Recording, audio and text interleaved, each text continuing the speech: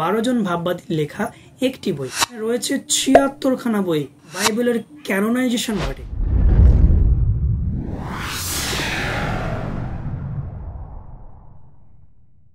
যদি আপনাকে প্রশ্ন করা হয় যে কোন বাইবেলে মোট 24টি বই রয়েছে, আপনি কি বলবেন? উত্তর চিন্তা করতে থাকুন, ততক্ষণে বাইবেল সম্পর্কে আরো কিছু বিষয় আমি আপনাকে জানাই।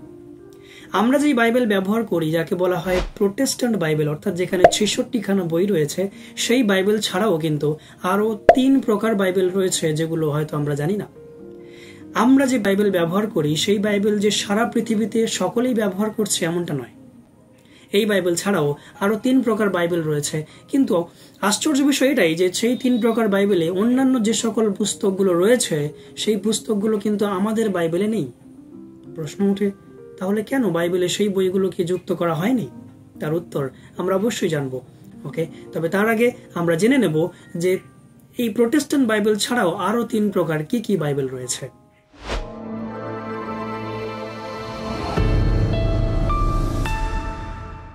যেখানে রয়েছে 76 খানা বই।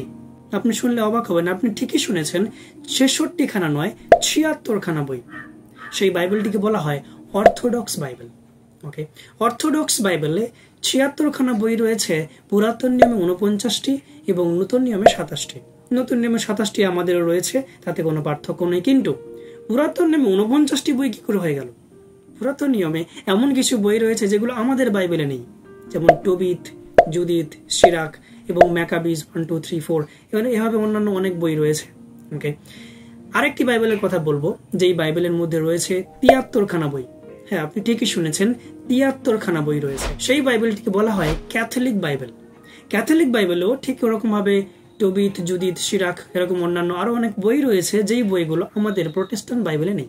এছাড়াও আরেকটি বাইবেলের কথা বলবো যেখানে আমি আপনাকে প্রশ্ন করেছিলাম, মাত্র 24টি বই রয়েছে। এক্স্যাক্টলি মাত্র 24টি বই নিয়ে তৈরি হয়েছে এমন একটি বাইবেল। জিহুদীদের বাইবেলে মাত্র 24টি বই। কেননা জিহুদীরা এখনো পর্যন্ত বিশ্বাস করেন যে তাদের মসিহ আসতে দেরি আছে, সেই জন্য তারা নতুন নিয়মকে প্রাধান্য দেয় না। নতুন নিয়মের কোনো বই আপনি সেই বাইবেলে পাবেন না। সেই বাইবেলের মধ্যে কেবলমাত্র 24টি বই রয়েছে। আমাদের যে পুরাতন নিয়মের বই, সমস্ত বইগুলো রয়েছে। তাহলে তো প্রশ্ন হয়, যদি 39টি বই হয় তাহলে তাদের কেন 24টি বই? আর কারণ এটাই, কেননা তাদের বাইবেলে যেই 12 জন ভাববাদীদের বইগুলো রয়েছে না, সেটা কেবলমাত্র একটি বই বলেই ধরা হয়। 12 জন ভাববাদীর লেখা একটি বই, কিন্তু আমাদের এখানে 12 জন ভাববাদীর লেখা 12টি বই। সেই জন্য জিহুদি বাইবেলে মাত্র 24টি বই, কিন্তু আমাদের প্রোটেস্ট্যান্ট বাইবেলে সেই একই 24টি বই হয়ে গেছে 39টি বই। ওকে, চলুন জেনে নেওয়া যাক কেন সেই বইগুলোকে আমাদের বাইবেলে স্থান দেওয়া হলো না। বাইবেলের ক্যানোনাইজেশন ঘটে, যদিও একটি ইংরেজি শব্দ, তবু আশা করি আপনি বুঝতে পারবেন কেন। অতি সহজ বিষয়।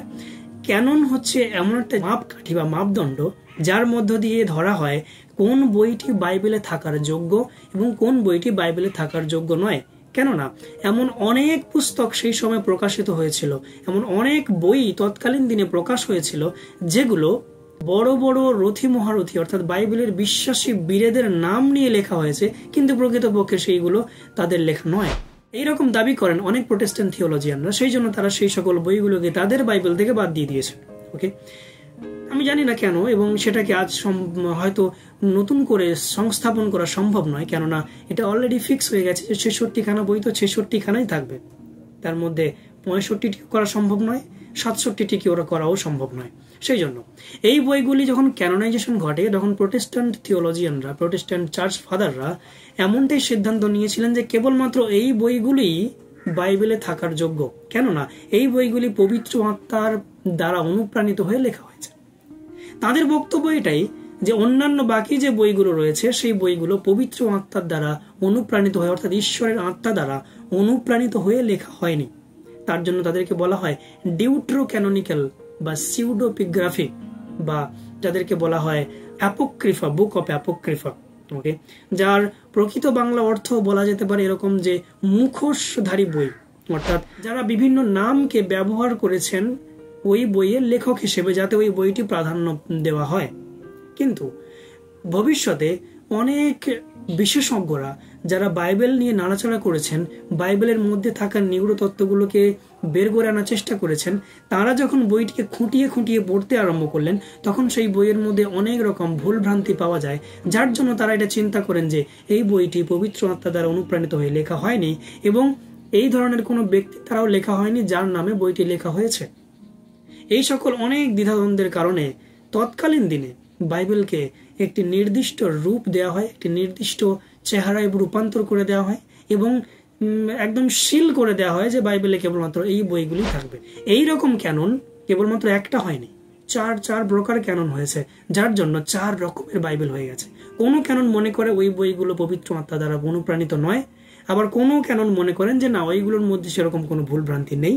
সেইভাবে উভয়ের মধ্যে একটা মতবিরোধ হওয়ার কারণে ক্যাননের মধ্যেই ভাগ হয়ে যায়, আর বিভিন্ন ক্যানন বিভিন্ন রকমের বইগুলোকে প্রায়োরিটি দিয়ে তাদের বাইবেলের মধ্যে অ্যাড করে নেন, যার জন্য শেষ পর্যন্ত আমরা দেখতে পাই 4 রকমের বাইবেল, কারোর মধ্যে 76টা বই, কারোর মধ্যে 73টা, কারোর মধ্যে 66টা, আবার কোনো বাইবেলের মধ্যে 24টা।